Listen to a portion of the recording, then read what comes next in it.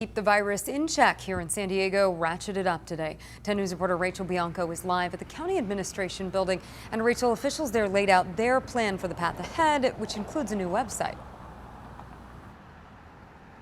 Lindsay, a website, radio spots, social media, they say they're doing everything they can to make sure people have the most up-to-date information. They're trying to stay one step ahead of this virus.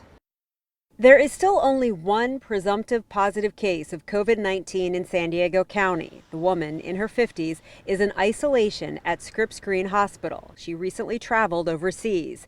County health officials are now trying to track down anyone who had contact with her. That investigation began when we found out that the test was positive yesterday. The county says we have yet to see someone infected locally through community spread, but that will likely change. As a country, us now surpassing 600 cases, I think it is realistic to assume that in San Diego this problem will get worse before it gets better. Among the concerns, the homeless. The county has put up 86 hand washing stations across San Diego and Carlsbad. Other cities are expected to do the same. They're also reaching out to the most vulnerable populations to make sure they know the risk.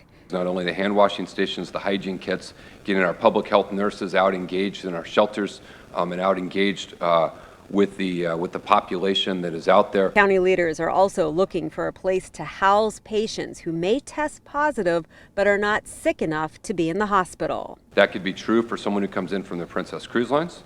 That could be true for someone who's from a homeless situation who can't stay in a shelter or can't stay on the streets. We don't want them to. It could be true for some of our seniors who might live in a congregate care setting. Right now, the county health lab has the capacity to test roughly 300 people. More test kits are expected in the next week.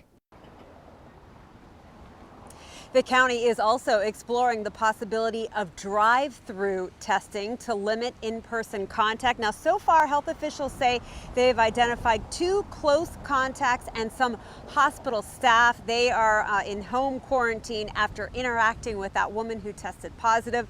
Again, she has been upgraded to good condition. Reporting live at the county administration building, Rachel Bianco, 10 News. Rachel, thanks. Local